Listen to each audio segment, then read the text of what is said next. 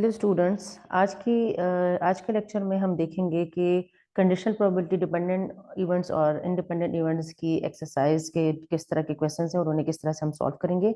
Exercise हम ले रहे हैं probability and statistics for engineers and scientist की बुक है, 9th एडिशन है। वॉलपुल इसके साइंटिस्ट हैं, इसके ऑथर हैं, सॉरी। तो हम लेते हैं इसकी बुक लेते हैं हम। 69 पेज पर इसकी एक्सरसाइज है, ठीक है। तो 69 पेज पे हम चलते हैं, इसको थोड़ा सा जूम करते हैं। अच्छा जी, अब यहाँ पर जो 69 पेज पे जो एक्सरसाइज है, तो इसमें आप देखें कि एक्सरसाइज में क्वेश्चन शुरू है 2.73 से, लेकिन उससे पहले आपको याद होगा कि हमने लास्ट लेक्चर में कंडीशनल और डिपेंडेंट इंडिपेंडेंट ये सब इवेंट्स के सिर्फ दो इवेंट्स की प्रोबेबिलिटी हमने डिस्कस की थी। तो मोर देन 3 इवेंट्स की प्रोबेबिलिटी के लिए यहाँ पर एक एक्सरसाइज है। उसमें इंडिपेंडेंट इवेंट्स के लिए तो कोई इशू नहीं है। इंडिपेंडेंट इवेंट्स में आप क्या करेंगे, आपने सिर्फ तीनों इवेंट्स को मल्टीप्लाई कर लेना है, ठीक है। यानी कि 3 इवेंट्स की प्रोबेबिलिटी है और उन्हें आपने सिर्फ मल्टीप्लाई करना है जब भी आप जो है वो 3 इंडिपेंडेंट इवेंट्स की प्रोबेबिलिटी फाइंड आउट करेंगे, सही है। तो लेकिन जब डिपेंडेंट इवेंट्स होंगे तो फिर थोड़ा सा डिफरेंट हो जाएगा फॉर्मूला। तो उसके लिए हम देखते हैं कि क्या फॉर्मूला है। अब यहाँ पे जैसे 3 कार्ड्स की प्रोबेबिलिटी फाइंड आउट करने को कहा है कि 3 cards are drawn in succession without replacement कहा गया। विदाउट रिप्लेसमेंट से हमें पता चल गया कि ये डिपेंडेंट इवेंट्स की सिचुएशन है, ठीक है। विदाउट रिप्लेसमेंट है और from an ordinary deck of playing cards है। First find the probability that the event A1 intersection A2 intersection A3 की प्रोबेबिलिटी फाइंड आउट करनी है। देखें 3 इवेंट्स यहाँ पर आ गए, A1 A2 A3 आ गए हैं, ठीक है।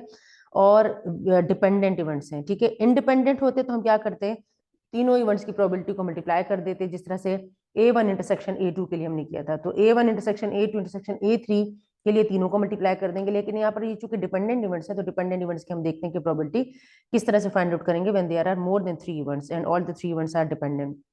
अब A1 A2 A3 को इन्होंने एक्सप्लेन किया हुआ है कि A1 A2 A3 क्या है। जैसे A1 यहाँ पर है कि A1 क्या है कि the first card is red ace है। A2 क्या है, the second card is a 10 ace, a 10 or Jack है, ठीक है। तो इनको हम लिख लेते हैं अपने पास ताकि हम नेक्स्ट पेज पे चलते हैं। नेक्स्ट पेज पे A3 की प्रोबेबिलिटी बताई हुई है कि A3 इवेंट बताए हुए कि A3 इवेंट क्या है, सही है। तो यहाँ पर हम लिखते हैं इसकी प्रोबेबिलिटी। हम इसका कलर चेंज करते हैं, ठीक है। यहाँ पर हम लिखते हैं, हम कहेंगे कि let A is equal to, यहाँ लिख लेते हैं, हम कहते हैं कि A1 क्या है। A1 है कि first card is red S, ठीक है, रेड एस है। और A2 है कि सेकंड कार्ड क्या है, second card drawn is a 10 or Jack, ये है, ठीक है। 10 और जैक है। अब और से देखें एडिटिव रूल भी इसके अंदर लगेगा, ठीक है। तो हम नेक्स्ट पेज पे देखते हैं कि क्या इसमें एक्सरसाइज बताई हुई है। कौन से थर्ड इवेंट कौन सा बताया। अब यहाँ पे देखें थर्ड इवेंट बताया। थर्ड इवेंट है कि the third card is greater than A3 but less than 7। अब यहाँ पे देखो 3 तरह के इवेंट्स हो गए। A1 क्या है, रेड एस। A2 है 10 और जैक। A3 है third card is greater than 3 but less than S. अब ये चूंकि डिपेंडेंट इवेंट्स हैं, तो डिपेंडेंट इवेंट की प्रोबेबिलिटी हम किस तरह से फाइंड आउट करेंगे, इस फॉर्मूले से फाइंड आउट करेंगे, ठीक है। किस तरह से, जब 3 हमारे पास इवेंट्स हैं, यानी कि आपके पास 3 डिफरेंट इवेंट्स हैं और तीनों डिपेंडेंट हैं, और आपने प्रोबेबिलिटी फाइंड आउट करनी है A1 intersection A2 intersection A3 की, तो आप किस तरह से फॉर्मूला बनाएंगे। आप फॉर्मूला वैसे लिखते हैं, प्रोबेबिलिटी ऑफ A1 और probability of A2 given A1, ठीक है। क्योंकि A2 इवेंट की प्रोबेबिलिटी हम फाइंड आउट किस तरह से करते हैं, कंडीशनल में फाइंड आउट करते हैं, क्योंकि डिपेंडेंट इवेंट्स हैं। इसके लिए आप मेरा लास्ट लेक्चर देख सकते हैं, उसमें मैंने कंडीशनल प्रोबेबिलिटी और डिपेंडेंट इंडिपेंडेंट इवेंट्स एक्सप्लेन किए, ठीक है। तो यहाँ पर देखें A2 गिवन A1, यानी कि A2 की प्रोबेबिलिटी निकालेंगे। गिवन A1 का मतलब ये कि A1 इवेंट पहले हो चुका है, तो इस बात का ध्यान रखना है हमने, ठीक है। अब A3 की प्रोबेबिलिटी जब निकालेंगे तो A3 से पहले A1 एंड A2 बोथ हो चुके हैं, तो यहाँ पर लिखेंगे A1 इंटरसेक्शन A2। इस तरह से इसका फॉर्मूला बनेगा, ठीक है। इस तरह से ये फॉर्मूला इसका बनेगा जब हम 3 डिपेंडेंट इवेंट्स की प्रोबेबिलिटी फाइंड आउट करेंगे, ठीक है। तो बिल्कुल वैसे ही हमने यहाँ करना है। अब जैसे प्रोबेबिलिटी ऑफ A1 इन्होंने फाइंड आउट की, A1 की प्रोबेबिलिटी किस तरह से निकलेगी। A1 इवेंट क्या है कि card is first card drawn is a red S, ठीक है। तो रेड एस जो है, एस 4 है जिसमें से 2 रेड हैं और 2 ब्लैक हैं। तो प्रोबेबिलिटी क्या आ जाएगी, 2C1 डिवाइडेड बाई 52C1, ठीक है। यानी कि प्रोबेबिलिटी ऑफ A1 क्या आएगी, मैं यहाँ पर लिख देती हूँ, इन्होंने सिंप्लीफाई करके लिखा हुआ है।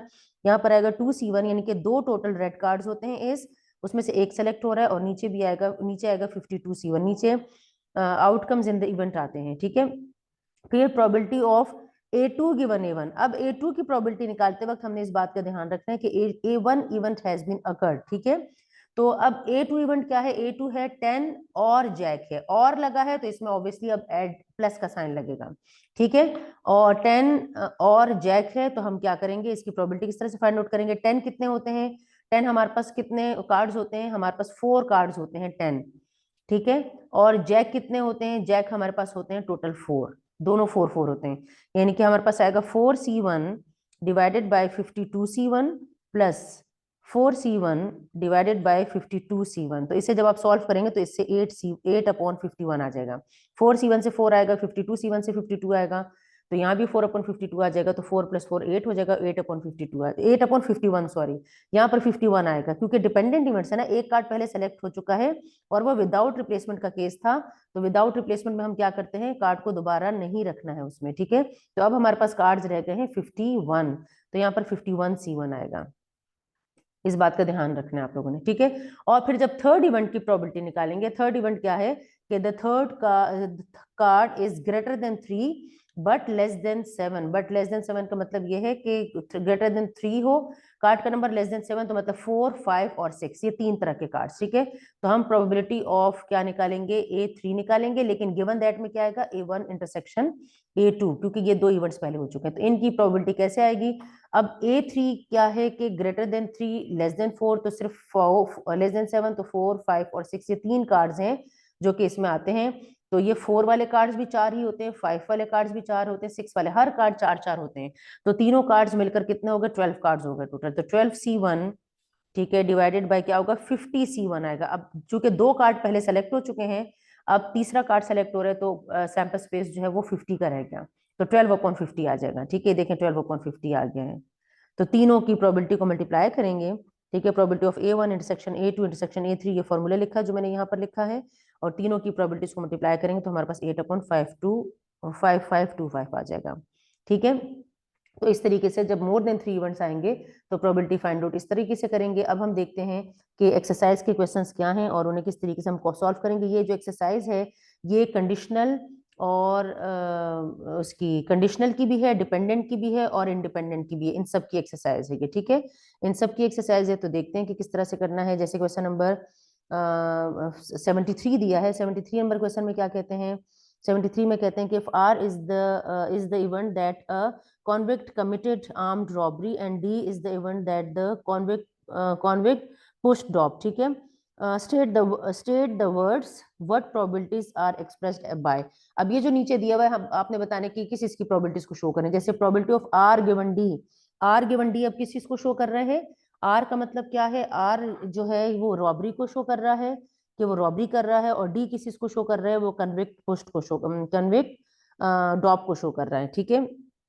तो अब हम इसको किस तरह से लिखेंगे, हम लिखेंगे कि ये किस चीज की प्रोबेबिलिटी है, ये जो है ये हमारे पास है, यहीं पर हम लिख लेते हैं, इसके सामने यहीं पर लिखते हैं ये, ठीक है। ये किस चीज की प्रोबेबिलिटी है, हम कहेंगे ये है द प्रोबेबिलिटी, इस तरह से लिखते हैं द प्रोबेबिलिटी दैट, ठीक है। क्या लिखेंगे कि a convict who push dope, a convict who pushed dop, ठीक है, who pushed dop also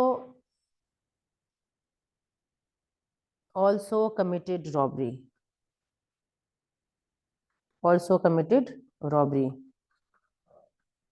इस तरह से, ठीक है।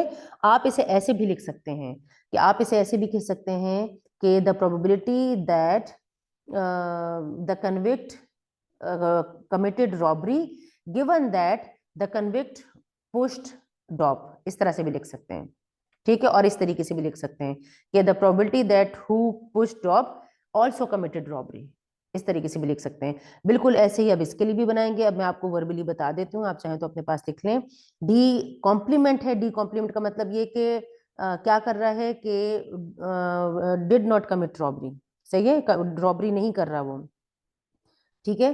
तो हम क्या लिखेंगे कि यहाँ सॉरी डी पर कॉम्प्लीमेंट है तो हम लिखेंगे डिड नॉट पुश डॉप कहेंगे, सही है। तो हम क्या कहेंगे कि the probability that the convict did not push dope given that the convict committed robbery, सही है। इसी तरह से इसको भी उल्टा पढ़ के करके पढ़ेंगे क्योंकि दोनों पर कॉम्प्लीमेंट है। यानी कि इसे हम कहेंगे कि द रॉबरी क्या कहेंगे, the convict did not commit robbery given that the convict commit did not pushed drop. सही है, इस तरह से हम इसे पढ़ेंगे। अब क्वेश्चन नंबर 17, ये एक क्वेश्चन इसमें ऐसा था जिसमें सिर्फ आपने सिर्फ प्रोबेबिलिटीज को बताना था। तो अब नेक्स्ट क्वेश्चन इसका देखते हैं कि नेक्स्ट क्वेश्चन में क्या है। अब नेक्स्ट क्वेश्चन में क्या कहते हैं, अच्छा जी 74 में कहते हैं कि अ class in advanced physics is composed of 10 juniors, 3 seniors and 10 graduate students. ठीक है, अब ये हमारे पास स्टूडेंट्स इन्होंने बताए हैं कि कौन कौन से हैं। हम यहाँ पर लिख लेते हैं अपने पास के कौन कौन से स्टूडेंट्स आ रहे हैं, कौन कौन से स्टूडेंट्स हैं। यहाँ पर हम लिखते हैं, ये क्वेश्चन नंबर 74 हम कर रहे हैं। यहाँ पर लिखते हैं कि सीनियर स्टूडेंट्स हमारे पास हैं, जूनियर स्टूडेंट्स हमारे पास हैं कितने, जूनियर हैं हमारे पास 10, सीनियर है हमारे पास 30। ठीक है, और क्या कहते हैं कि 10 ग्रेजुएट स्टूडेंट्स हैं। ग्रेजुएट स्टूडेंट्स कितने हैं, ग्रेजुएट स्टूडेंट्स जो है वो 10 है। ये हमारे पास टोटल स्टूडेंट्स हैं, यानी कि टोटल कितने हो गए, 50 स्टूडेंट्स हो गए। क्या कहते हैं कि the final grade show that 3 of the juniors, ठीक है, 3 of the juniors 10 of the seniors, इस तरह से हम कर लेते हैं कि इसमें से 3 of the juniors 10 of the seniors, ठीक है, 10 ऑफ द सीनियर्स एंड आगे क्या कहते हैं कि and 5 of the graduate students received an A. इसमें से हम कहते हैं कि ये 5, ये सब क्या कर रहे हैं कि ए ग्रेड रिसीव कर रहे हैं, ये ए ग्रेड इन्हें मिल रहा है। ठीक है, इनमें से इतने इतने स्टूडेंट्स हैं जो ए ग्रेड ले रहे हैं, यानी कि ए ग्रेड के टोटल स्टूडेंट्स 18 हो गए। ठीक है, ए ग्रेड के स्टूडेंट्स टोटल कितने हो गए, 18 हो गए। टोटल 18 स्टूडेंट्स है पूरी क्लास में से जिनका 18 ग्रेड आया है, ए ग्रेड आया है। ठीक है, अच्छा आगे आप क्या कहते हैं कि किस चीज की प्रोबेबिलिटी फाइंड आउट करनी है। If a student is chosen at random from this class and is found to have earned an A, and is found to have इसका मतलब गिवन दैट की कंडीशन है। ठीक है, and is found to have earned an A, what is the probability, वैसे भी what is the probability जिसके साथ लिखा है उसी की प्रोबेबिलिटी आपने फाइंड आउट करनी है। दूसरी कंडीशन जो दी होती है वो गिवन दैट की होती है। तो what is the probability that he or she is in a senior class. ठीक है, इज अ सीनियर स्टूडेंट। ठीक है, अब हमने क्या किस इसकी प्रोबेबिलिटी फाइंड आउट करनी है, हमने प्रोबेबिलिटी फाइंड आउट करनी है किस इसकी, गिवन में क्या है कि ए ग्रेड दिया है उसने, ठीक है, ग्रेड ए लिया है, ए ग्रेड, और ऊपर क्या है कि वो कौन सा स्टूडेंट है, सीनियर स्टूडेंट है। लेट सपोज मैं सीनियर को एस से रिप्रेजेंट कर रही हूँ, ग्रेजुएट को जी से रिप्रेजेंट कर रही हूँ और जूनियर को जे से रिप्रेजेंट कर रही हूँ, तो मैं कहूंगी कि S S given A grade, ये मुझे फाइंड आउट करना है। तो एस गिवन ए ग्रेड से क्या फॉर्मूला बनेगा, एस इंटरसेक्शन ए ग्रेड को चलो ए ग्रेड ही लिख लेते हैं, ए ग्रेड। ठीक है, इस तरह से S intersection A grade divided by denominator में क्या आएगा, प्रोबेबिलिटी ऑफ ए ग्रेड, ये आ जाएगा मेरे पास। ठीक है, ये मेरे पास आ जाएगा। तो अब यहाँ देखें एस इंटरसेक्शन ए से क्या आएगा, S intersection A, total 10 students हैं जो इन दोनों में कॉमन है। ए ग्रेड यानी कि वो स्टूडेंट्स जो कि सीनियर भी हैं और उन्होंने ए ग्रेड भी लिया है, एंड है ना, senior and got A grade, received A grade. ठीक है, तो सीनियर में से 10 हैं जिन्होंने ग्रेड लिया है 10, तो हम लिखेंगे 10 अपॉन प्रोबेबिलिटी है तो अपॉन में 50 लिखेंगे, 10 अपॉन 50 यानी टोटल 50 स्टूडेंट है तो 10 अपॉन 50 लिखेंगे। और probability of A grade, A grade की प्रोबेबिलिटी निकालते हैं, ए ग्रेड टोटल 10 लोगों, sorry probability of A grade है, ए ग्रेड जो है वो टोटल 18 लोगों ने लिया है, तो 18 अपॉन 50 आएगा और इससे हमारे पास आ जाएगा 10 अपॉन 18। ठीक है, ये हमारे पास इसकी प्रोबेबिलिटी आ जाएगी। ठीक है, अब हम नेक्स्ट क्वेश्चन देखते हैं। नेक्स्ट क्वेश्चन में क्या कहते हैं, नेक्स्ट क्वेश्चन में कहते हैं कि ये क्वेश्चन नंबर है, अच्छा यहां से करते हैं नीचे से, क्वेश्चन नंबर 75 है। क्वेश्चन नंबर 75 में कहते हैं कि a random sample of 200 adults are classified below by sex and their level of education. ठीक है, यहाँ पर एजुकेशन दी है, यहाँ मेल और फीमेल दिया हुआ है, यानी कि एजुकेशन में एलिमेंट्री, सेकेंडरी और कॉलेज की एजुकेशन दी है। 38 मेल जो है वो एलिमेंट्री एजुकेशन ले चुके हैं और 45 फीमेल जो है वो एलिमेंट्री एजुकेशन ले चुके हैं। इसी तरह से 28 मेल सेकेंडरी एजुकेशन ले चुके हैं, 50 फीमेल जो है वो सेकेंडरी एजुकेशन ले चुके हैं। इस तरह से 22 मेल और 17 फीमेल जो वो कॉलेज की एजुकेशन ले चुकी हैं। क्या कहते हैं कि if a person is picked eight random from this group, find the probability that the person is a male given that the person has, अच्छा इस पूरी एक्सरसाइज में कंडीशनल के क्वेश्चंस भी हैं, इंडिपेंडेंट और डिपेंडेंट के क्वेश्चंस भी हैं, ठीक है। तो आप लोगों ने इस लेक्चर को आखिर तक देखना है अगर आप लोग तीनों तरह की प्रोबेबिलिटीज के क्वेश्चंस देखना प्रैक्टिस करना चाहते हैं। तो क्या कहते हैं, the person is a male, इस चीज की प्रोबेबिलिटी फाइंड आउट करनी है। तो यहाँ पर हम लिखेंगे, लेट सपोज हम मेल के इवेंट को कह रहे हैं कि वो है एम, ठीक है। हम कहते हैं कि let m is equal to person is male, person is male, ठीक है। क्या फाइंड आउट करने को कहा है, given that the probability, given that the person has a secondary education, secondary education को हम कह देते हैं एस, ये कह देते हैं हम सेकेंडरी एजुकेशन को, ठीक है। ये सेकेंडरी एजुकेशन आ गई। हमने प्रोबेबिलिटी किस चीज की फाइंड आउट करनी है, ए पार्ट में, ए पार्ट में हमें प्रोबेबिलिटी फाइंड आउट करनी है मेल की, गिवन दैट के ही रिसीव्स सेकेंडरी एजुकेशन, ठीक है। तो इस तरह से तो probability of M intersection S आएगा, यानी कि मेल एंड सेकेंडरी एजुकेशन, यानी कि वो मेल जिन्होंने सेकेंडरी एजुकेशन ली है, divided by probability of S, तो प्रोबेबिलिटी ऑफ मेल एंड यानी कि वो लोग जो मेल भी हैं और उन्होंने सेकेंडरी एजुकेशन भी ली है, तो मेल और सेकेंडरी एजुकेशन के लोग 28 हैं, और टोटल हमारे पास जो लोग हैं वो कितने हैं, 200 है, तो 28 अपॉन 200, ठीक है, इस तरह से आएगा, डिवाइडेड बाय यहाँ पर प्रोबेबिलिटी ऑफ एस, एस कौन लोग हैं, जिन्होंने सेकेंडरी एजुकेशन ली है, तो सेकेंडरी एजुकेशन जो टोटल लोग हैं उनको लिखने हैं हमने। तो सेकेंडरी एजुकेशन टोटल कितने लोगों ने ली है, हम लिखेंगे कि 78 लोग हैं जिन्होंने सेकेंडरी एजुकेशन ली है, ठीक है। ये देखो ये सेकेंडरी एजुकेशन ये 28 प्लस 50, ठीक है, तो हमारे पास आ जाएगा 78, तो हमारे पास आ जाएगा 28 अपॉन 78, इसकी प्रोबेबिलिटी आ जाएगी।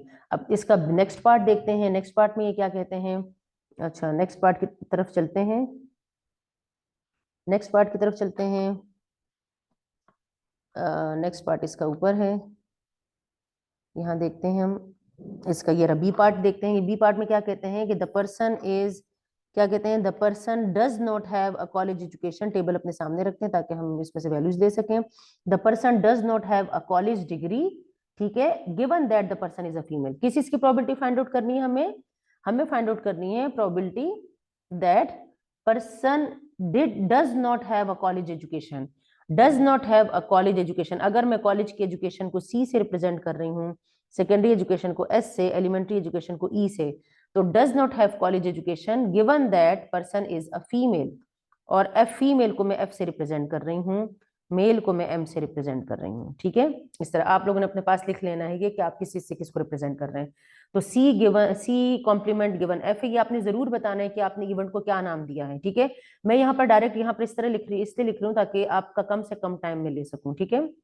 लेकिन आपने अपने एग्जाम्स में इसको पूरा लिखना है कि आपने किस एफ किसको कहा है, सी कॉम्प्लीमेंट किसको कहा है। तो क्या फॉर्मूला बनेगा, F intersection C complement divided by, इसको जरा ध्यान से देखिएगा, इसमें मैं कॉम्प्लीमेंट वाला फॉर्मूला लगाऊंगी।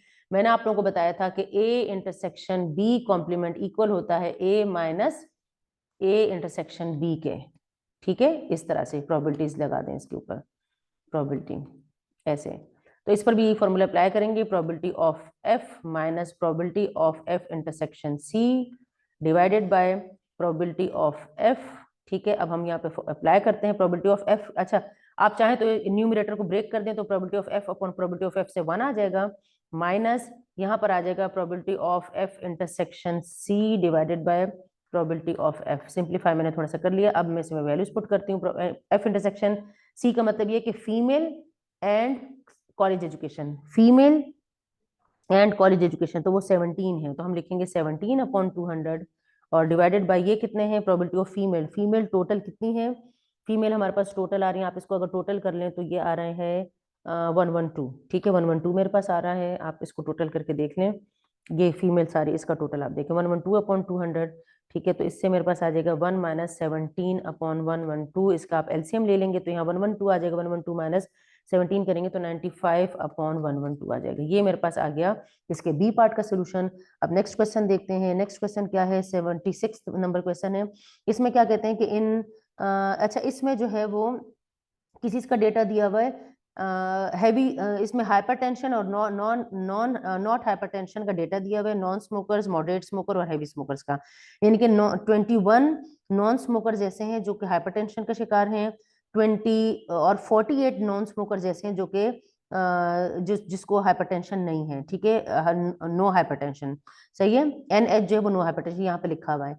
मॉडरेट स्मोकर्स में से 36 ऐसे हैं जिनको हाइपरटेंशन का शिकार हैं, और 26 मॉडरेट स्मोकर्स ऐसे हैं जिन्हें हाइपरटेंशन नहीं है, ठीक है, नो हाइपरटेंशन है।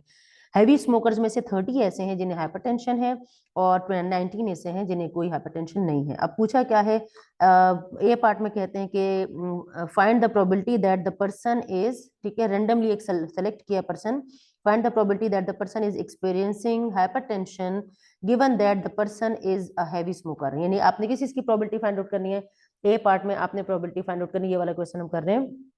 प्रोबेबिलिटी आपने फाइंड आउट करनी किस चीज की, एक्सपीरियंसिंग हाइपरटेंशन, यानी कि हाइपरटेंशन है, और गिवन दैट, अच्छा इन्हें हम नाम दे देते हैं, नॉन स्मोकर, मॉडरेट स्मोकर, तो हम इसे कहेंगे हम इसको कह देते हैं नॉन स्मोकर के लिए NS यूज कर लेते हैं, सही है। मॉडरेट स्मोकर्स के लिए MS यूज कर लेते हैं, और हैवी स्मोकर के लिए HS यूज कर लेते हैं, ठीक है। ये आपने इसको नाम दे देना है।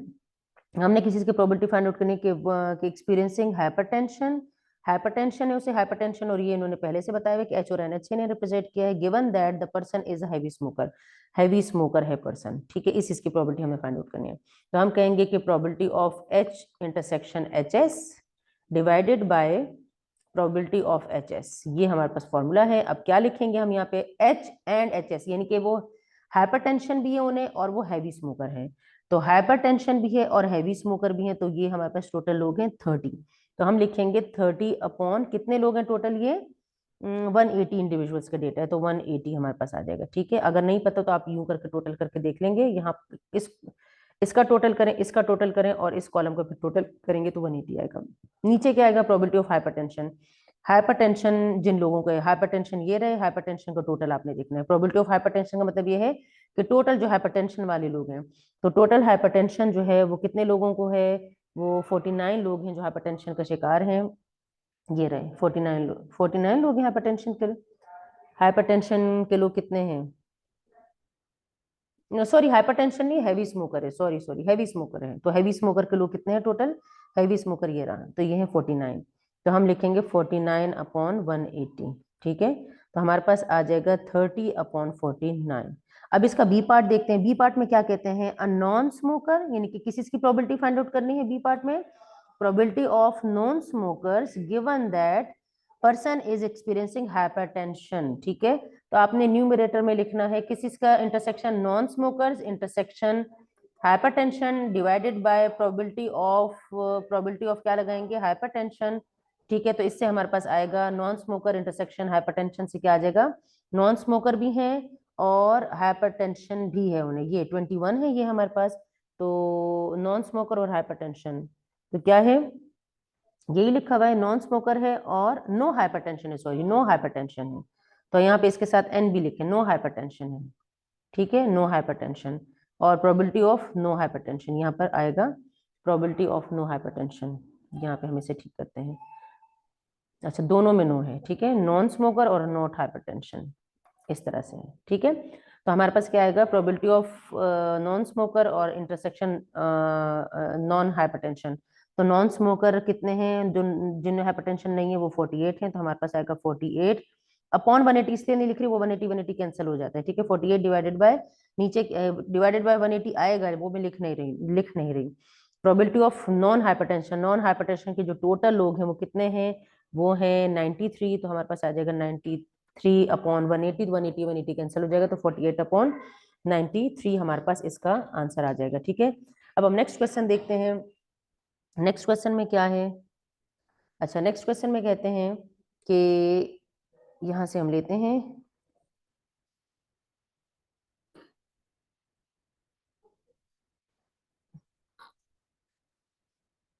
अच्छा नेक्स्ट क्वेश्चन देखते हैं हम इसका, नेक्स्ट क्वेश्चन है 77 नंबर में क्या कहते हैं कि in a senior year of high school graduating class of 100 students 42 studied mathematics. अच्छा इसके लिए हमें थोड़ा सा एक टेबल बनाना पड़ेगा ताकि हम साथ साथ इसे नोट करें, यहाँ पर मैं बनाती हूँ टेबल। क्या कहते हैं कि मैथ्स पढ़ रहे हैं स्टूडेंट्स, ठीक है, हम मैथ्स को M से रिप्रेजेंट कर लेते हैं, और क्या पढ़ रहे हैं, और कितने स्टूडेंट्स हैं, 42 स्टूडेंट्स हैं जो मैथ्स पढ़ रहे हैं, और हिस्ट्री पढ़ रहे हैं, साइकोलॉजी पढ़ रहे हैं 68 स्टूडेंट। साइकोलॉजी को हम PS से रिप्रेजेंट, PSY से रिप्रेजेंट कर देते हैं और यहाँ पर लिख देते हैं साइकोलॉजी। ठीक है, ये है हमारे पास कितने स्टूडेंट्स हैं, 68 स्टूडेंट्स हैं जो साइकोलॉजी पढ़ रहे हैं, ये रहे। और 54 स्टूडेंट्स ऐसे हैं जो हिस्ट्री पढ़ रहे हैं। तो यहाँ पर हम लिखते हैं हिस्ट्री और हिस्ट्री को रिप्रेजेंट कर देते हैं H से। ठीक है, ये कितने हैं, 54 स्टूडेंट्स हैं जो हिस्ट्री पढ़ रहे हैं, 54 स्टूडेंट्स हैं। ठीक है, अब क्या कहते हैं, ये कहते हैं 22 studied both maths and history. तो यहाँ पर हम यहाँ पे कॉलम बनाते हैं बोथ के लिए। यहाँ पर हम लिखते हैं मैथ्स, साइकोलॉजी और हिस्ट्री। ठीक है, क्या कहते हैं, 22 स्टूडेंट जो है वो मैथ्स भी पढ़ते हैं और हिस्ट्री भी, मैथ्स भी और हिस्ट्री भी, ये है 22। ठीक है, इसके बाद क्या है, कहते हैं कि 25 स्टूडेंट्स जो है वो बोथ मैथ्स एंड क्या पढ़ते हैं, 25 students both mathematics and psychology. Maths and psychology कितने लोग पढ़ते हैं, 25 स्टूडेंट्स हैं। ठीक है, जो मैथ्स और साइकोलॉजी पढ़ रहे हैं। 7 स्टूडेंट्स ऐसे हैं जो हिस्ट्री पढ़ रहे हैं, ऐसे ही 22 स्टूडेंट्स ये हैं। ठीक है, अब 7 स्टूडेंट्स ऐसे हैं जो हिस्ट्री पढ़ रहे हैं, लेकिन क्या करते हैं, but neither maths nor psychology. ठीक है, यानी कि हिस्ट्री पढ़ते हैं लेकिन साइकोलॉजी और मैथ्स नहीं पढ़ते। तो हम लिख देते हैं यहाँ पर कि 7 स्टूडेंट्स जो हैं वो क्या करते हैं, साइकोलॉजी पढ़ते हैं, नीदर मैथ्स नॉर हिस्ट्री। ठीक है, अच्छा, इसके बाद क्या कहते हैं कि 10 स्टूडेंट्स ऐसे हैं जो ऑल 3 सब्जेक्ट्स पढ़ते हैं। तो हम लिख देते हैं कि 10 स्टूडेंट जो हैं वो क्या कर रहे हैं कि maths intersection psychology intersection history, ये कितने हैं, 10 है। ये सारा डेटा हमें यहाँ पर दिया हुआ है। ठीक है, और 8 क्या करते हैं, and 8 did not take any of the 3, तीनों सब्जेक्ट नहीं पढ़ रहे। वो कितने हैं, वो टोटल हैं हमारे पास 8 स्टूडेंट्स ऐसे हैं जो कोई सभी सब्जेक्ट नहीं पढ़ रहे हैं। ठीक है, यानी कि ना वो मैथ्स पढ़ते हैं, ना वो हिस्ट्री पढ़ रहे हैं, ना वो साइकोलॉजी पढ़ रहे हैं। तो वो स्टूडेंट्स हैं 8। तो यहाँ पर हम लिख लेते हैं कि 8 स्टूडेंट पढ़ रहे हैं कि did not take any of the 3 subjects. ठीक है, आप पूरा कंप्लीट इसे लिख लीजिएगा, एनी थ्री एनी ऑफ 3। सही है, इन तीनों में से कुछ भी नहीं पढ़ रहे हैं। तो अब हम देखते हैं इसका क्वेश्चन। अच्छा, इसका क्वेश्चन क्या है देखते हैं हम नेक्स्ट पेज पे। अच्छा, क्या कहते हैं कि इस from class and find the probability that the following of the following events. क्या कहते हैं, a person enrolled in psychology takes all 3 subjects। ठीक है, मतलब साइकोलॉजी में है और क्या कहते हैं, a person enrolled in psychology takes all 3 subjects। यानी हमने किस इसकी प्रोबेबिलिटी फाइंड आउट करनी है, गिवन में है कि वो साइकोलॉजी का है बच्चा और वो ऑल 3 सब्जेक्ट्स पढ़ता है। ठीक है, इस तरह से क्या कहते हैं, find the probability of the following event, किस इसकी कि a person enrolled in psychology takes all 3 subjects की हमने क्या करनी है, प्रोबेबिलिटी फाइंड आउट करनी है। इनके हमने प्रोबेबिलिटी फाइंड आउट करनी है किस चीज की, यहाँ पर लिखते हैं हम, इसको थोड़ा सा ध्यान से देखिएगा। प्रोबेबिलिटी हमें फाइंड आउट करनी है ऑल 3 सब्जेक्ट, यानी कि maths and psychology and history, और गिवन दैट भी है इसमें। ठीक है, गिवन दैट क्या कर रहा है, given that he or she जो है is in psychology class, enrolled in psychology, ये गिवन दैट साइकोलॉजी, इस तरह से। तो इसका जो फॉर्मूला बनेगा वो क्या बनेगा, probability of M intersection psychology intersection H। वैसे तो इंटरसेक्शन नीचे वाले के साथ भी होता है ना, यानी कि जब हम probability of A given B लिखते हैं तो हम लिखते हैं probability of A intersection B और divided by probability of B। तो A इंटरसेक्शन B, नीचे वाले के साथ इंटरसेक्शन लेते हैं इसका, तो इसका नीचे वाले के साथ इंटरसेक्शन ऑलरेडी ऊपर था तो इसलिए वो मैंने नहीं लिखा। ठीक है, आप ये नहीं भी लिखेंगे तो इससे कोई फर्क नहीं पड़ेगा, आप सिर्फ इसकी भी प्रोबेबिलिटी बता देंगे तो इससे आ जाएगा। अभी हम देखते हैं कि ये आ जाएगा और डिवाइडेड बाय प्रोबेबिलिटी ऑफ, नीचे आता है प्रोबेबिलिटी ऑफ B, तो प्रोबेबिलिटी ऑफ साइकोलॉजी, इस तरह से। तो क्या आ जाएगा, जो तीनों सब्जेक्ट्स पढ़ते हैं वो कितने हैं, वो है 10 हमारे पास आ जाएगा। तो 10 अपॉन टोटल कितने हैं, टोटल हमारे पास क्लास में स्टूडेंट्स कितने हैं, 100 स्टूडेंट्स हैं जो ये सारे सब्जेक्ट्स पढ़ रहे हैं। तो हम लिखेंगे कि 10 अपॉन 100। ठीक है, इस तरह से, और डिवाइडेड बाय जो साइकोलॉजी पढ़ रहे हैं, साइकोलॉजी के बच्चे टोटल कितने, 68 हैं। तो हम कहेंगे कि ये 68 अपॉन 100 है, 68 अपॉन 100 ठीक है, इज इक्वल टू हमारे पास क्या आ जाएगा 10/68। ठीक है, अब बी पार्ट को देखते हैं कि बी पार्ट में क्या कहते हैं। ये जो सोल्यूशन इसका इरेज करते हैं, बी पार्ट का सोल्यूशन देखते हैं अब। ठीक है, बी पार्ट में क्या कहते हैं। अच्छा, बी पार्ट में कहते हैं कि a person not taking psychology is taking both history and mathematics. ठीक है, अब हमें क्या कहा है इन्होंने कि the person not taking psychology, मतलब अब ये गिवन दैट की कंडीशन है। गिवन दैट में क्या है, गिवन दैट में है कि पर्सन नॉट टेकिंग साइकोलॉजी, यानी कि साइकोलॉजी का आपने कॉम्प्लीमेंट लेना है ऐसे, नॉट टेकिंग साइकोलॉजी। और क्या है वो, is taking both history and maths, history and maths वो ले रहा है। इस चीज की प्रोबेबिलिटी फाइंड आउट करनी है, यानी इस बात की प्रोबेबिलिटी फाइंड आउट करनी है कि the student is enrolled in history and maths given that the person is enrolled in psychology department. ठीक है, तो अब इस चीज की प्रोबेबिलिटी जब हम फाइंड आउट करेंगे तो क्या फॉर्मूला मेरे पास बनेगा, फॉर्मूला बनेगा प्रोबेबिलिटी ऑफ हिस्ट्री।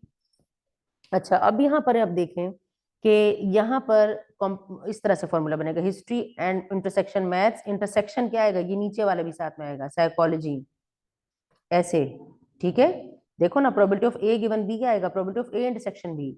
इससे पिछले वाले क्वेश्चन में पार्ट में मैंने इसलिए नहीं किया क्योंकि वहां साइकोलॉजी ऊपर भी था, तो उसका इंटरसेक्शन वापस वही आना था। सही है, वही वो रिपीट हो रहा था। और divided by probability of psychology का कॉम्प्लीमेंट है, इस तरह से। नॉट टेकिंग साइकोलॉजी का मतलब उसके ऊपर कॉम्प्लीमेंट लगा दिया। तो अब देखो, अब इसे उस फॉर्मूले से आपने एक्सपेंड करना है, जो फॉर्मूला मैंने आपको ए कॉम्प्लीमेंट और इसका बताया है, उसी फॉर्मूले से हम इसे एक्सपेंड करेंगे। क्या फॉर्मूला मैंने आपको बताया था, मैं यहाँ लिख देती हूँ दोबारा से। फॉर्मूला मैंने बताया था कि प्रोबेबिलिटी ऑफ, ये अभी बताया था मैंने, सॉरी अभी अभी बताया था इससे पहले, तो हम उसी फॉर्मूले से इसे एक्सपेंड करेंगे। हम क्या समझ लेंगे कि ये पूरा जो है ये ए है। ठीक है, आप इस पूरे को ए समझ लें, इस पूरे को ए समझ लें और इसे आप बी समझ लें, लेट सपोज इस तरह से कर लेते हैं। ठीक है, यानी कि ये पूरा ए हो जाएगा और ये पूरा आपके पास बी कॉम्प्लीमेंट है। तो ए इंटरसेक्शन बी कॉम्प्लीमेंट कैसे खोलते हैं, प्रोबेबिलिटी ऑफ ए आता है तो हम लिखेंगे प्रोबेबिलिटी, अभी मैंने इससे प्रीवियस वाले पार्ट में बताया था, एच इंटरसेक्शन एम आता है, प्रीवियस वाले क्वेश्चन में बताया था, और माइनस आता है probability of A intersection B, यानी कि इस पूरे का इंटरसेक्शन, इनके A H intersection M intersection psychology, psychology क्यों मैं सिर्फ पी लिख रही हूँ यहाँ पर, सही है, divided by probability of P complement, यानी कि 1 माइनस प्रोबेबिलिटी ऑफ साइकोलॉजी, इस तरह से। तो अब इसकी वैल्यूज यहाँ पर लगाते हैं। Probability of H intersection M क्या आएगा, वो स्टूडेंट्स जो हिस्ट्री भी पढ़ रहे हैं और मैथ्स भी पढ़ रहे हैं, तो हिस्ट्री और मैथ्स जो पढ़ रहे हैं वो 22 हैं, तो हम लिखेंगे क्या आएगा 22/100। ठीक है, माइनस यहाँ क्या आएगा, यहाँ पर हमारे पास आ जाएगा प्रोबेबिलिटी ऑफ इन तीनों, जो तीनों पढ़ रहे हैं, तो तीनों पढ़ रहे हैं 10, तो 10/100 आ जाएगा। ठीक है, और इसके नीचे डिवाइडेड बाय में आएगा क्या, 1 माइनस क्या आएगा, प्रोबेबिलिटी ऑफ साइकोलॉजी, साइकोलॉजी जितने लोग पढ़ रहे हैं, तो साइकोलॉजी पढ़ रहे हैं 68 लोग, तो 1 माइनस 68/100। ठीक है, जब आप इसे सिंप्लीफाई करेंगे तो आपके पास आ जाएगा, आपके पास टोटल आंसर आएगा 12/32। ठीक है, आपके पास आंसर आएगा 12/32। आप इसके एलसीएम ले लीजिएगा तो इसका आंसर आ जाएगा 12/32। अब नेक्स्ट पार्ट देखते हैं, नेक्स्ट पार्ट में देखते हैं कि क्या कहा है। अच्छा, नेक्स्ट पार्ट में कहते हैं ये है क्वेश्चन नंबर 78। ठीक है, 78 वाला देखें। 78 में क्या कहते हैं कि a manufacturer of a flu vaccine, इस तरह से करते हैं।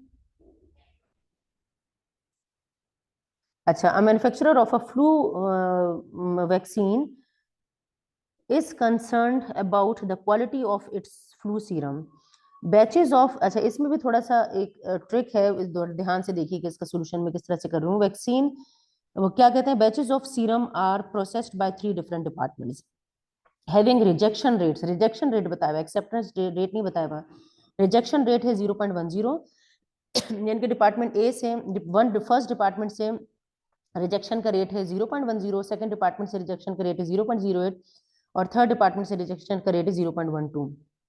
ठीक है, आपने किसी चीज की प्रोबेबिलिटी फाइंड आउट करनी है। What is the probability that a batch of serum survives the first department inspection but is rejected by the second department. अच्छा, सबसे पहले तो हम यहाँ पर इवेंट्स बताते हैं, इवेंट्स बना लेते हैं। हम कहते हैं कि let A is equal to, हम कहेंगे कि let A is equal to rejected, vaccine rejected by, पूरा लिख लीजिएगा, वैक्सीन रिजेक्टेड बाय डिपार्टमेंट 1, ठीक है। बी है कि वैक्सीन रिजेक्टेड बाय डिपार्टमेंट 2, और सी है कि वैक्सीन रिजेक्टेड बाय डिपार्टमेंट 3। तो प्रोबेबिलिटी ऑफ ए दी है हमें, यानी कि rejection of vaccine from first department is 0.10, and क्या है, probability of rejection from second department is 0.08, and probability of rejection from third department is 0.12। ये हमें प्रोबेबिलिटीज दी गई। फाइंड आउट क्या करना है, ए पार्ट को देखें। क्या कहते हैं, what is the probability that a batch of serum survives the first department but rejected by the second department. इनके फर्स्ट डिपार्टमेंट से तो वो एक्सेप्ट हो गया, ठीक है, लेकिन वो सेकंड डिपार्टमेंट से क्या हो गया है, रिजेक्ट हो गया है। यानी कि हम यहाँ लिखेंगे कि प्रोबेबिलिटी ऑफ, अच्छा अब एक्सेप्ट के लिए हम क्या यूज करेंगे, रिजेक्ट के लिए अगर हमने ए यूज किया है तो रिजेक्शन एक्सेप्टेंस के लिए ए कॉम्प्लीमेंट यूज करेंगे, ठीक है ना। अगर रिजेक्शन के लिए ए है तो एक्सेप्टेंस के लिए ए कॉम्प्लीमेंट होगा, यानी कि इसका ऑपोजिट होगा। तो कहते हैं कि एक्सेप्ट हो रहा है इससे, ये इंडिपेंडेंट प्रोबेबिलिटी का क्वेश्चन यहाँ लिखा हुआ भी है कि इवेंट्स इंडिपेंडेंट है। एक्सेप्ट हो रहा है फर्स्ट डिपार्टमेंट से, तो फर्स्ट डिपार्टमेंट से एक्सेप्ट की प्रोबेबिलिटी है ए कॉम्प्लीमेंट, ठीक है। और क्या हो रहा है, रिजेक्ट हो रहा है सेकंड डिपार्टमेंट से, इनके इंटरसेक्शन बी, ये फाइंड आउट करना है। इनके accepted from first department, rejected हमने ए से शो किया तो एक्सेप्टेड हम ए कॉम्प्लीमेंट से शो करेंगे। Accepted from first department and rejected from second department. तो हम यहाँ लिखेंगे probability of A complement into probability of B, और इनमें वैल्यूज पुट करते हैं। प्रोबेबिलिटी ऑफ ए कॉम्प्लीमेंट का मतलब 1 माइनस प्रोबेबिलिटी ऑफ ए आएगा। तो प्रोबेबिलिटी ऑफ ए क्या है, 0.10 है, 0.10 यहाँ लिखा। और प्रोबेबिलिटी ऑफ बी क्या है, प्रोबेबिलिटी ऑफ बी इज 0.08, ठीक है। आप इसे सॉल्व कर लेंगे तो आपके पास आएगा 0.072, 0.072, ये आपके पास आ गया। बी पार्ट देखते हैं। बी पार्ट में कहते हैं कि what is the probability that a batch of serum is rejected by the third department. Rejected by the third department है तो इसका मतलब है कि फर्स्ट और सेकंड से एक्सेप्ट हुआ है तभी थर्ड डिपार्टमेंट में गया है। यानी कि हमने प्रोबेबिलिटी फाइंड आउट करनी है बी पार्ट में किस चीज की, के probability of accepted from first और एंड सेकंड डिपार्टमेंट। इनके फर्स्ट से भी एक्सेप्ट हो गया, एक्सेप्ट के लिए कॉम्प्लीमेंट यूज कर रहे हैं हम, और सेकंड डिपार्टमेंट से भी एक्सेप्ट हो गया, and rejected from third department. Rejection के लिए हमने सी यूज किया है, ठीक है। तो इसका फॉर्मूला बनेगा probability of A complement into probability of B complement into probability of C, क्योंकि इंडिपेंडेंट इवेंट्स है तो सब मल्टीप्लाई हो जाएंगे। तो प्रोबेबिलिटी ऑफ ए कॉम्प्लीमेंट का मतलब 1 minus 0.10, probability of B complement का मतलब 1 माइनस 0.08, और प्रोबेबिलिटी ऑफ सी का मतलब है 0.12। ये आ गया हमारे पास, ठीक है। तो इन सबको आप मल्टीप्लाई कर लेंगे तो आपके पास आ जाएगा 0.099, ये आपके पास आ जाएगा, ठीक है। अब हम करते हैं नेक्स्ट क्वेश्चन। नेक्स्ट क्वेश्चन में क्या कहते हैं, इस ड्राइंग को क्लियर करते हैं सबको। अच्छा अच्छा, अब इसके बाद कुछ क्वेश्चंस जो हैं वो इसी तरह से हैं, टेबल दिए हुए हैं इस तरह से, कंडीशनल प्रोबेबिलिटी है, सारी कंडीशनल प्रोबेबिलिटी के क्वेश्चंस हैं। अब आगे कंडीशनल के हैं, इंडिपेंडेंट के हैं। आगे क्वेश्चन देखते हैं, क्वेश्चन नंबर 80 देखते हैं। अच्छा, क्वेश्चन नंबर 80, 81, ठीक है। क्वेश्चन नंबर 81 में क्या कहते हैं, ओहो, अच्छा क्वेश्चन नंबर 81 देखते हैं हम। 81 था, सॉरी, ऊपर चले जाना है हमें। अच्छा, क्वेश्चन नंबर 80 में देखते हैं। 80 में क्या कहते हैं कि the probability that an automobile being filled with gasoline also needs an oil change is 0.25, and the probability that it needs a new oil filter is 0.40, and the probability that it needs both is 0.14, ठीक है। तो हम यहाँ पर पहले events को नाम देते हैं। हम कहेंगे कि प्रोबेबिलिटी किस चीज की है, हम नाम दे देते हैं कि let A B the event, के प्रोबेबिलिटी क्या है, पहली किस चीज की है, ऑयल चेंज की है, कि oil change, needed oil change, needed oil change, ठीक है। बी हम कह देते हैं कि नीडेड क्या है, नीडेड ऑयल फिल्टर, ठीक है, new oil filter, oil filter, ये हमने कह दिया, इवेंट्स को नाम दे दिए। प्रोबेबिलिटी ऑफ ए हमें बताया है 0.25, 0.25, प्रोबेबिलिटी ऑफ बी बताई है, यानी कि ऑयल चेंज की, ऑयल फिल्टर की प्रोबेबिलिटी बताई 0.40, और probability of A intersection B यानी कि बोथ की प्रोबेबिलिटी बताई है 0.14। अब देखते हैं कि हमसे पूछा क्या है। कहते हैं कि find the probability that if the oil has to be changed, यानी कि ये इवेंट हो चुका है, इसका मतलब है what is the probability that the new oil filter is needed, यानी कि न्यू ऑयल फिल्टर की प्रोबेबिलिटी आपने फाइंड आउट करनी है ए पार्ट में। किस चीज की प्रोबेबिलिटी फाइंड आउट करनी है? न्यू ऑयल फिल्टर की, यानी कि बी की प्रोबेबिलिटी फाइंड आउट करनी है given that oil has to be changed, oil has to be changed. ठीक है, तो हम किस तरह से फाइंड आउट करेंगे? Probability of A intersection B divided by probability of A intersection B की जगह आपने लगाना है 0.14 और ए की जगह आपने लगाना है 0.25। ठीक है, और आपने लगाना है, किस तरह से करके दे देती हूँ मैं, 0.14 डिवाइडेड बाय 0.25। ठीक है, इसे आप सिंप्लीफाई कर लीजिएगा और देख लेना कि इसका क्या आंसर आता है। बी पार्ट में क्या कहते हैं? बी पार्ट में कहते हैं कि if a new oil filter is needed what is the probability that oil has to be changed.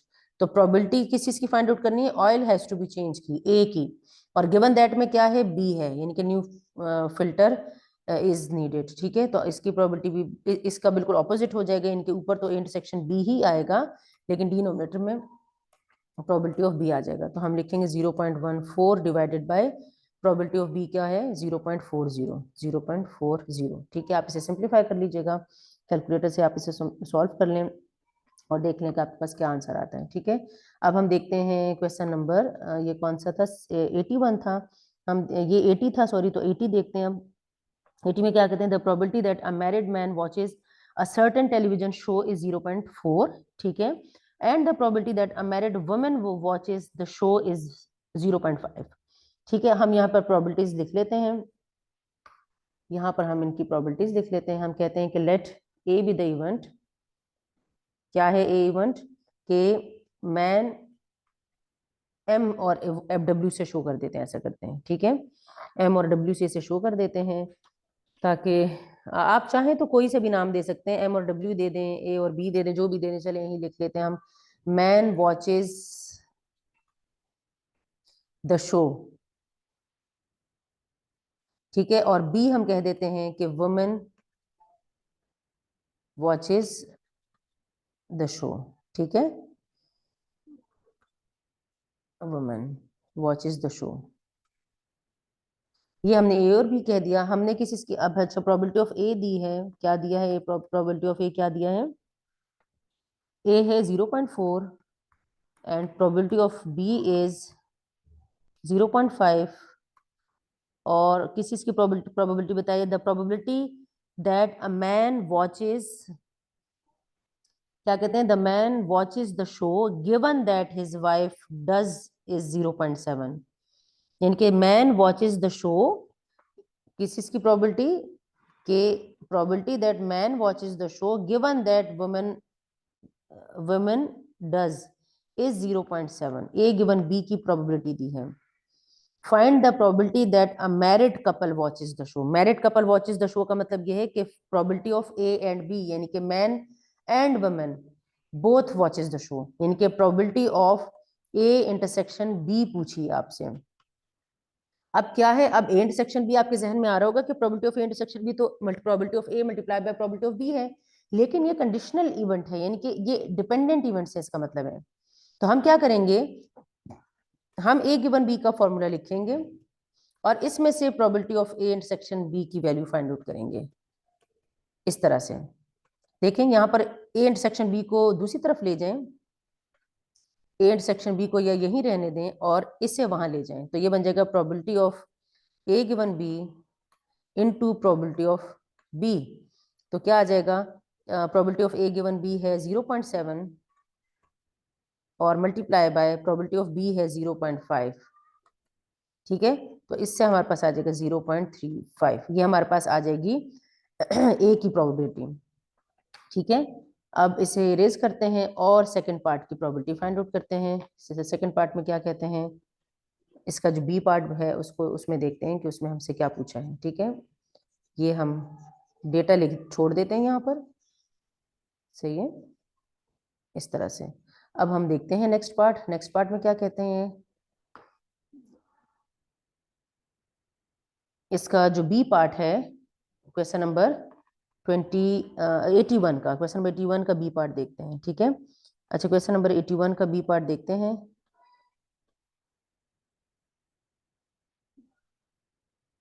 अच्छा, 81 का बी पार्ट क्या क्या कहते हैं? A wife watches the show given that the husband does. किस चीज की प्रोबेबिलिटी फाइंड आउट करनी है बी पार्ट में? बी पार्ट हम कर रहे हैं।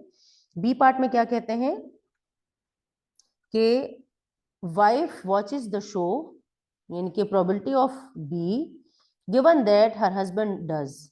बी गिवन है, ठीक है, तो ये तो आप आराम से फाइंड आउट कर लेंगे। अभी मैंने फाइंड आउट की, B given A find out करना है, तो probability of A intersection B divided by probability of A, ठीक है। ए, ये जो दिया हुआ ये ए गिवन बी है, पूछा है बी गिवन है, probability of A intersection B अभी मैंने ए पार्ट में फाइंड आउट की, वो 0.35 आई थी, ठीक है, और प्रोबेबिलिटी ऑफ ए है 0.4, ठीक है। आप इसे सिंप्लीफाई कर लीजिएगा, हमारे पास आ जाएगा 0.875, 0.875, ठीक है।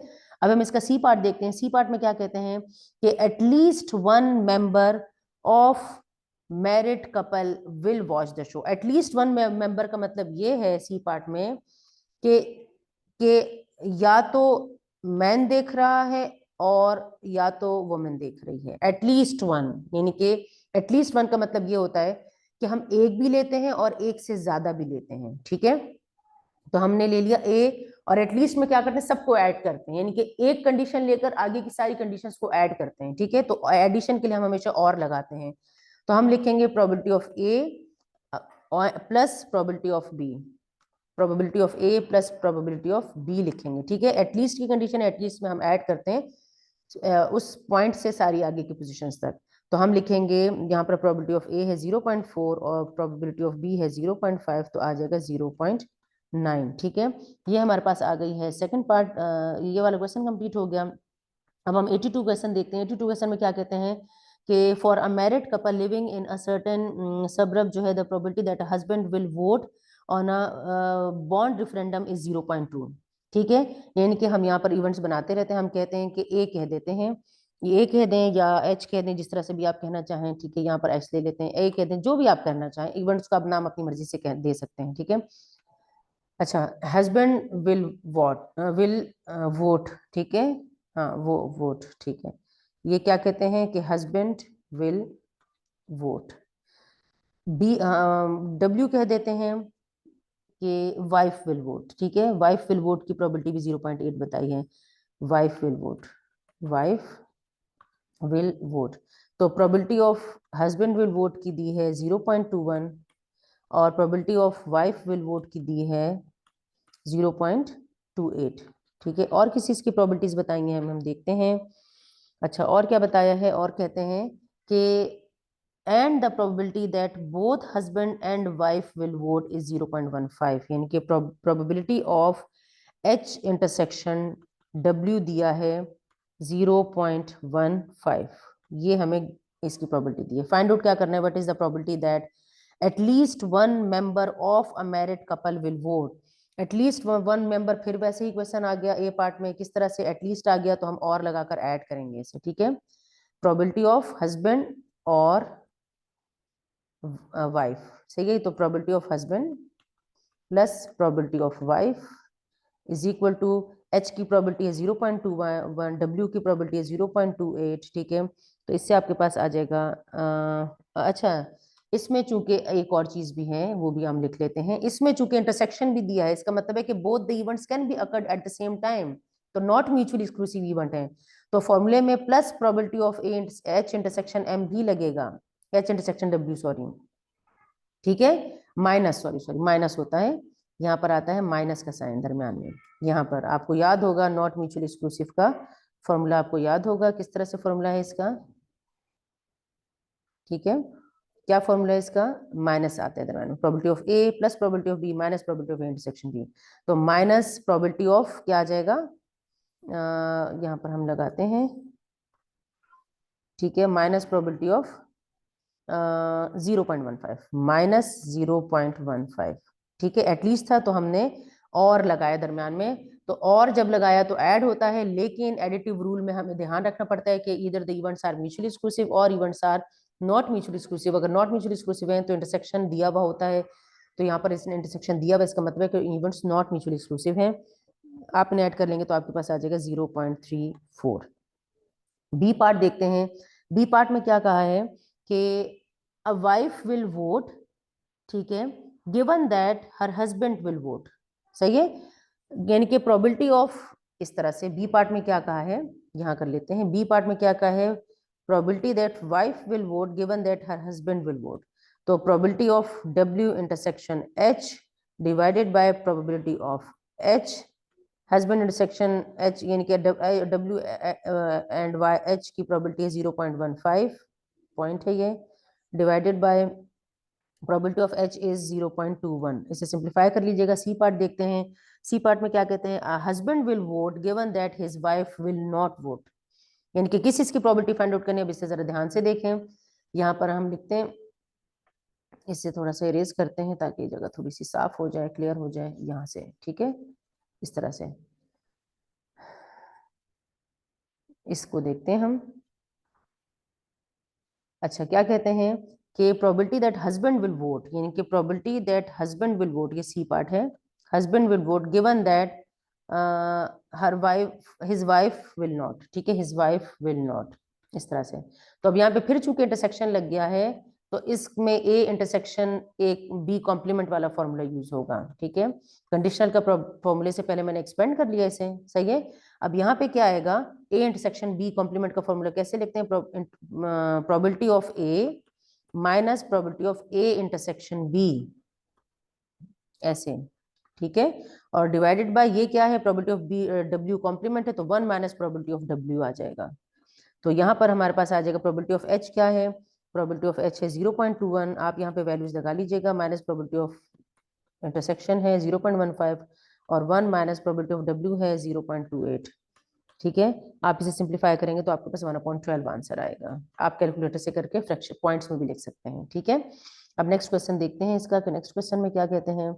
नेक्स्ट क्वेश्चन कौन सा है, 83 वाला क्वेश्चन है। अच्छा, 83 में क्या कहते हैं, 83 वाले क्वेश्चन देखते हैं। 83 वाले क्वेश्चन में कहते हैं कि the probability that a vehicle entering a Luray Caverns है has Canadian licence plate is 0.12, ठीक है, and the probability that it is a camper is 0.28। तो इवेंट्स बनाते हैं अपने पास, इवेंट्स हम बना लेते हैं। हम कहेंगे कि let A is equal to, क्या इवेंट बनाएंगे हम कहेंगे कि let A is equal to vehicle is Canadian passport, ठीक है, और व्हीकल हम लिखेंगे कि vehicle has Canadian license, sorry Canadian license, ठीक है। लाइसेंस को मैं लिख रही हूँ LIC लिख रही हूँ। और बी इवेंट कह देते हैं कि व्हीकल इज अ कैंपर, ठीक है, व्हीकल कैंपर है, ये हम ले लेते हैं इवेंट्स, ठीक है। प्रोबेबिलिटी ऑफ ए दी हुई है, क्या दिया है, प्रोबेबिलिटी ऑफ ए है 0.12, इनके कैनेडियन लाइसेंस प्लेट है, इसकी प्रोबेबिलिटी 0.12 है, और कैंपर है, इस बात की प्रोबेबिलिटी है 0.28, ठीक है। ये फाइंड आउट क्या करना है, और क्या दिया है, कुछ और भी दिया हुआ है, क्या क्या कहते हैं, and the probability that it is a camper with Canadian license plates is 0.09, ठीक है। किस चीज की प्रोबेबिलिटी दी है, इंटरसेक्शन की प्रोबेबिलिटी दी है, यानी कि ये भी है और ये भी है, जिसके पास दोनों है। ए इंटरसेक्शन बी की प्रोबेबिलिटी दी है, क्या प्रोबेबिलिटी दी है, 0.09, ठीक है। और हमें क्या फाइंड आउट करना है, अच्छा इस एक्सरसाइज के हम 89 तक के 86 तक के क्वेश्चन हम फिलहाल करेंगे, ठीक है, इस लेक्चर में 0.09। अच्छा, इसका ए पार्ट देखते हैं। ए पार्ट में क्या कहते हैं कि a camper entering the Luray Caverns has Canadian licence plate, यानी कि आपने प्रोबेबिलिटी फाइंड आउट करनी है कि उसके पास कैनेडियन लाइसेंस प्लेट है, इनकी प्रोबेबिलिटी फाइंड आउट करनी है कि कैनेडियन लाइसेंस प्लेट है। गिवन दैट में क्या कंडीशन है, गिवन दैट में कंडीशन है कि वो कैंपर है, ठीक है। इनकी probability of A intersection B है और divided by probability of B है, तो probability of A intersection B में क्या है 0.09 डिवाइडेड बाय 0.28। ठीक है, बी पार्ट देखते हैं, इसे सिंप्लीफाई कर लीजिएगा। बी पार्ट में कहते हैं कि व्हीकल जो है वो उसके पास कैनेडियन लाइसेंस प्लेट है, एंटरिंग द कैंपर है, इज अ कैंपर, सही है। यानी कि प्रोबेबिलिटी आपने फाइंड आउट करनी है, किस इसकी कैंपर की प्रोबेबिलिटी फाइंड आउट करनी है, गिवन दैट में दिया है कि वो कैनेडियन लाइसेंस प्लेट उसके पास है, यानी कि probability of A intersection B है और डिवाइडेड बाय प्रोबेबिलिटी ऑफ, देखें इस इसकी प्रोबेबिलिटी फाइंड आउट करनी है आपने कैंपर की, सही है। प्रोबेबिलिटी ऑफ ए आ जाएगा, तो आप इसमें वैल्यू सब्सटीट्यूट कर दें, ए इंटरसेक्शन भी 0.09 है, प्रोबेबिलिटी ऑफ ए जो है वो 0.12 है।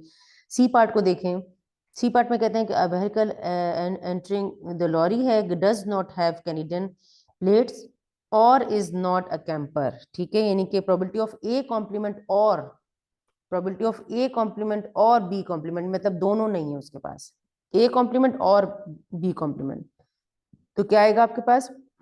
अब यहाँ पर चूंकि हमारे पास प्रोबेबिलिटी ऑफ ए ये जो है किसकी इक्वल होता है, देखो प्रोबेबिलिटी ऑफ ए कॉम्प्लीमेंट और जो है वो इसकी इक्वल है ना, प्रोबेबिलिटी ऑफ ए कॉम्प्लीमेंट इस तरह से यूनियन बी कॉम्प्लीमेंट। अच्छा, ए कॉम्प्लीमेंट और बी कॉम्प्लीमेंट को अगर डिमॉर्गन्स लॉ हम इस पर यूज करें ना, तो जब हम मैं दोनों का होल कॉम्प्लीमेंट अगर लेना चाहूंगी तो यूनियन जो है वो इंटरसेक्शन में बदल जाते हैं, मतलब दोनों पर से अलग अलग कॉम्प्लीमेंट हटाकर मैं दोनों के होल पर कॉम्प्लीमेंट, दोनों के होल पर इसलिए लगाया कि इंटरसेक्शन बी की वैल्यू मुझे पता है, तो इसको मैं 1 से माइनस कर दूंगी तो इंटरसेक्शन बी होल के कॉम्प्लीमेंट की प्रोबेबिलिटी मेरे पास आ जाएगी, ठीक है। तो मैंने अपना काम आसान करने के लिए क्या किया कि मैंने दोनों पर होल कॉम्प्लीमेंट लगा दिया, तो जब होल कॉम्प्लीमेंट लगता है इंडिविजुअल पर से हटकर तो यूनियन इंटरसेक्शन में बदल जाता है, और अगर इंटरसेक्शन होता है तो वो यूनियन में बदल जाता है, तो ये आ जाएगा 1 minus probability of A intersection B, ठीक है। तो हमारे पास आ जाएगा 1 माइनस 0.09, इस बात की प्रोबेबिलिटी आ गई 0.09, ठीक है। नेक्स्ट क्वेश्चन देखते हैं, नेक्स्ट क्वेश्चन में क्या कहते हैं, हम ये 86 तक ही करेंगे, बस हमारे 2 क्वेश्चंस रह गए हैं। आप लोग, वीडियो थोड़ी सी लंबी हो गई, हो जाती है एक्सरसाइजेस की वीडियो, लेकिन ये मैं आप लोगों के लिए करवाती हूँ ताकि आप लोगों को जो है वो अच्छे से समझ में आ जाए, सारी एक्सरसाइजेस आप लोग कर सकें और कोई प्रॉब्लम आप लोगों को ना हो, ठीक है। क्या कहते हैं, the probability that head of a household is home when when a telemarketing representative calls is 0.4 है, ठीक है। तो हम यहाँ पर इवेंट्स बनाना शुरू कर देते हैं। हम क्या कहते हैं, हम कहेंगे कि लेट, हम कर रहे हैं 2.84, हम कहेंगे कि let A is equal to, क्या कहेंगे कि house head of household is home, इसी में से सेंटेंस निकाल लिया करें, head of household is home, ठीक है। और इस बात की प्रोबेबिलिटी क्या है, प्रोबेबिलिटी ऑफ ए है 0.4, ठीक है, ये इस बात की प्रोबेबिलिटी है। आगे क्या कहते हैं, given that the head of the house is home, the probability the good that goods will be bought from the company is 0.3, यानी कि किस चीज की प्रोबेबिलिटी बताइए। अब हम बी इवेंट ले लेते हैं, बी कहते हैं हम किस चीज को, बी इवेंट कहते हैं कि goods are bought from company, goods are bought from company, ठीक है। तो इस बात की प्रोबेबिलिटी क्या क्या कहा है, given that head of house is home, यानी कि गिवन दैट ए और probability of the probability that good will be bought from the company is 0.3, हमने B कहा है good from the good are bought from the company, और A है head of household is home, तो B given ए हो गया, ठीक है। गिवन दैट में कंडीशन दी है होम वाली, और प्रोबेबिलिटी जो बताई है वो किस चीज की बताई है, हाउस प्रोबेबिलिटी बताई है कंपनी की, कि गुड्स जो है वो कंपनी से बॉट की हैं, तो बी गिवन ए की प्रोबेबिलिटी बताई है वो है 0.3। आपने लिखते वक्त जरूर इस बात का ध्यान रखना कि प्रोबेबिलिटी किस चीज की बताई हुई है। Find the probability that the head of the house is home and good are bought from the company, यानी कि simple probability of A and B पूछा है, लेकिन चूंकि कंडीशनल प्रोबेबिलिटी दी है, इसका मतलब डिपेंडेंट इवेंट्स हैं, तो हम इसी के फॉर्मूले से वैल्यूज निकालेंगे, यानी कि probability of B given A जो है वो क्या फॉर्मूला बनता है, probability of A intersection B divided by probability of A, और इससे आप वहां ले जाएं, इसे यहाँ ले आए, ठीक है। Probability of A intersection B यहीं रह जाएगा, और फॉर्मूला बन जाएगा probability of B given A into probability of A, ठीक है। तो बी गिवन ए की वैल्यू है 0.3 और प्रोबेबिलिटी ऑफ ए है 0.4। तो आप इसे मल्टीप्लाई कर लें तो आपके पास आ जाएगा 0.12। ठीक है। बी अच्छा ये हो गया क्वेश्चन। क्वेश्चन नंबर 85 देखते हैं। 85 में क्या कहते हैं, the probability that a doctor correctly diagnoses a particular illness is 0.7। ठीक है, यानी कि ए हम कह देते हैं करेक्टली डायग्नोसिस को। ठीक है, यहाँ पर हम ले लेते हैं इवेंट ए कहते हैं। हम कहेंगे कि लेट, हम ये कर रहे हैं 85 वाला क्वेश्चन। हम कहेंगे कि ए क्या है कि करेक्टली डायग्नोसिस है।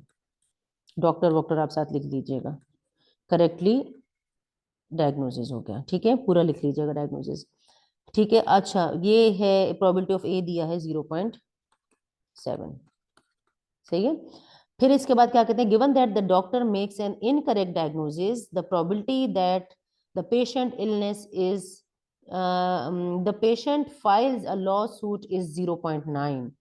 ठीक है, यानी कि सेकंड क्या इवेंट बनेगा कि पेशेंट विल क्या कहेगा कि विल फाइल अ सूट। सही है, तो हम कहेंगे कि पेशेंट सूज, इस तरह से कहेंगे। बी इवेंट क्या आएगा कि पेशेंट सूज, सूज कहते हैं कि कोई मतलब जो मुकदमा फाइल करते हैं। सही है, तो कहते हैं क्या है इस चीज की प्रोबेबिलिटी, इस चीज की प्रोबेबिलिटी है, किस चीज की प्रोबेबिलिटी है ये देखो क्या, किस चीज की probability, given that the doctor makes an incorrect diagnosis. ठीक है, डॉक्टर ने इनकरेक्ट डायग्नोसिस किए हैं। सही है, और क्या है इनकरेक्ट डायग्नोसिस किए हैं, तो इसका मतलब क्या हुआ, गिवन दैट में क्या कंडीशन है, ए करेक्ट डायग्नोसिस है तो ए कॉम्प्लीमेंट इनकरेक्ट डायग्नोसिस हो गया। तो गिवन दैट में दिया है इनकरेक्ट डायग्नोसिस का। ठीक है, तो हमने गिवन दैट में इनकरेक्ट डायग्नोसिस लिख लिया। क्या है, the probability that the patient files a law suit is 0.9। तो मैंने पेशेंट सूज लिखा है बी को, तो बी गिवन ए दिया हुआ है 0.9। What is the probability that doctor makes an incorrect diagnosis and the patient sues? इस बात की probability find out करनी है, इनकी probability find out करनी है A intersection B की। तो A intersection B की जब हम probability find out करेंगे तो probability of A intersection B क्या आएगा, probability of A intersection B क्या आएगा, probability of A इसको हम उसी फॉर्मूले से ही फाइंड आउट करेंगे। अच्छा ये देखते हैं, ये मैंने ठीक लिखा, पेशेंट सूज है। ठीक है, बी हो गया, ए कॉम्प्लीमेंट हो गया। ठीक है, अच्छा ए इंटरसेक्शन क्या फाइंड आउट करना है, ए कॉम्प्लीमेंट फाइंड आउट करना है। ये मैंने यहाँ पे मैंने मिस्टेक की, ए कॉम्प्लीमेंट मैंने फाइंड आउट करना है। ठीक है, doctor makes an incorrect diagnosis, तो ए तो मैंने करेक्ट को कहा है, इनकरेक्ट को ए कॉम्प्लीमेंट कहेंगे। Incorrect diagnosis and the patient sues, इस चीज की प्रोबेबिलिटी फाइंड आउट करनी है। ठीक है, तो आप देखें कि probability of A intersection B कैसे निकालेंगे हम, ए गिवन बी से ही निकालेंगे, ए गिवन बी या बी गिवन ए, जिससे भी आप निकालना चाहें। तो हम क्या लिखेंगे कि probability of A intersection B, अभी मैंने पीछे फॉर्मूला लिखवाया था, तो probability of B given A complement बन जाएगा और प्रोबेबिलिटी ऑफ ए कॉम्प्लीमेंट बन जाएगा। ठीक है इस तरीके से हम लेंगे तो क्या आएगा, यहाँ पर हमारे पास आ जाएगा A B given A complement हमें दिया हुआ है 0.9 और प्रोबेबिलिटी ऑफ ए कॉम्प्लीमेंट नहीं दी हुई, ए की प्रोबेबिलिटी दी हुई है, तो 1 माइनस प्रोबेबिलिटी ऑफ ए करेंगे 0.7।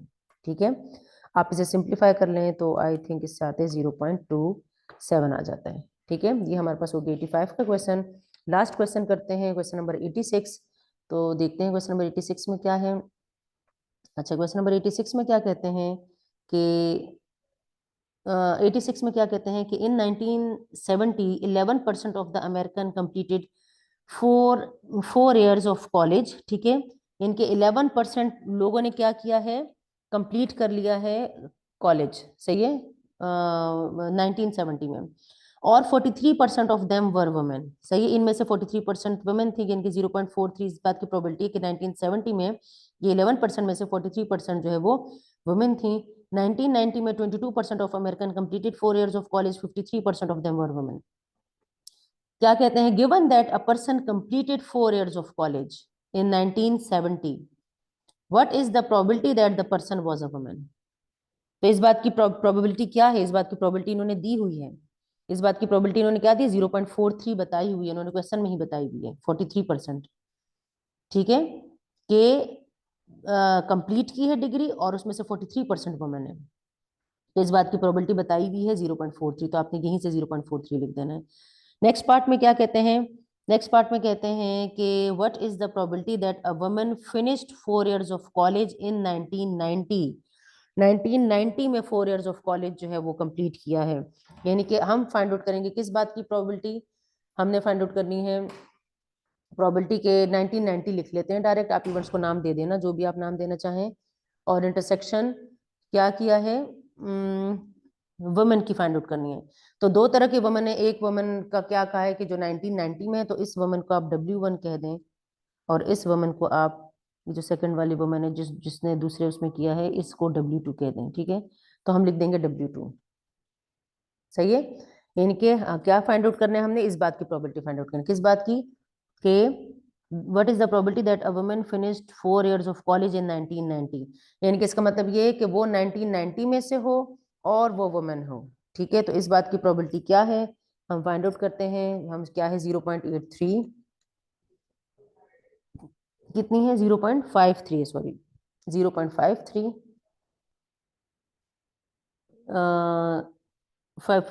22% है पहले, तो पहले 22 लिख लेते हैं। 1990 में 22% लोगों ने डिग्री कंप्लीट किया, और उनमें से 53% जो थी वो वुमेन थी, तो 0.53 इधर आ जाएगा। ठीक है, 0.53, तो आप इसे मल्टीप्लाई करेंगे तो आपके पास आ जाएगा 0.12। ठीक है, सी पार्ट करते हैं, लास्ट पार्ट है इस एक्सरसाइज का, फिलहाल हम ये लास्ट क्वेश्चन कर रहे हैं। सी पार्ट में क्या कहते हैं कि हमने किस चीज की प्रोबेबिलिटी फाइंड आउट करनी है, what is the probability that a man, man की बात करें, मतलब इस सबके कॉम्प्लीमेंट की बात करें, क्योंकि वुमेन के बताया हुआ यहाँ पर, a man had not finished college in 1990। Not finished का मतलब क्या हुआ, अगर हम मैन को एम कह रहे हैं, अगर हम मैन के लिए एम यूज कर रहे हैं, तो हम किस चीज की प्रोबेबिलिटी फाइंड आउट कर रहे हैं, 1990 एंड मैन का कॉम्प्लीमेंट। यानी कि 1990 में ये कहते हैं कि फिनिश नहीं किया मैन ने, 1990 है और मैन ने फिनिश भी नहीं किया, तो कॉम्प्लीमेंट इसका। ठीक है, यानी कि 1 minus probability of 1990 intersection man. ठीक है, ठीक है, समझ में आ रहा है आप लोगों को, what is the probability that a man had not finished college in 1990, मतलब वो 1990 में था और उसने फिनिश भी नहीं किया, तो 1990 में फिनिश नहीं किया, तो 1990 में फिनिश किए वाले का बताया हुआ है, 1990 में फिनिश नहीं किया, तो पूरे का हमने क्या किया, कॉम्प्लीमेंट, मतलब मैन 1990 में है और उसने फिनिश नहीं किया, कॉम्प्लीमेंट। ठीक है, तो हम क्या लिखेंगे, 1 माइनस प्रोबेबिलिटी ऑफ, यहाँ पर हम लिख लेते हैं प्रोबेबिलिटी ऑफ 1990, इसकी चूंकि प्रोबेबिलिटी नहीं पता ना हमें, तो हम इसको अलग अलग कर लेंगे, और यहाँ पर हमारे पास आ जाएगा 1 माइनस प्रोबेबिलिटी ऑफ 1990, क्या आएगा, ये 1990 की प्रोबेबिलिटी 0.22 है, 0.22, और प्रोबेबिलिटी ऑफ मैन है, मैन की क्या आएगी, मैन का मतलब ये है कि 1 माइनस वुमन हो जाएगा। ठीक है ना, क्योंकि वुमेन का बताया हुआ है 53% है, तो इसका मतलब है कि बाकी मैन होंगे, तो मैन की प्रोबेबिलिटी कैसे निकलेगी, 1 माइनस 0.53 से, इस तरह से। ठीक है, तो आप इसे सिंप्लीफाई कर लेंगे तो आपके पास आ जाएगा 0.90। तो ये हो गई हमारे पास इसकी एक्सरसाइज कंडीशनल और नॉन कंडीशनल की। नेक्स्ट लेक्चर में हम टोटल प्रोबेबिलिटी और बेस थ्योरम देखेंगे।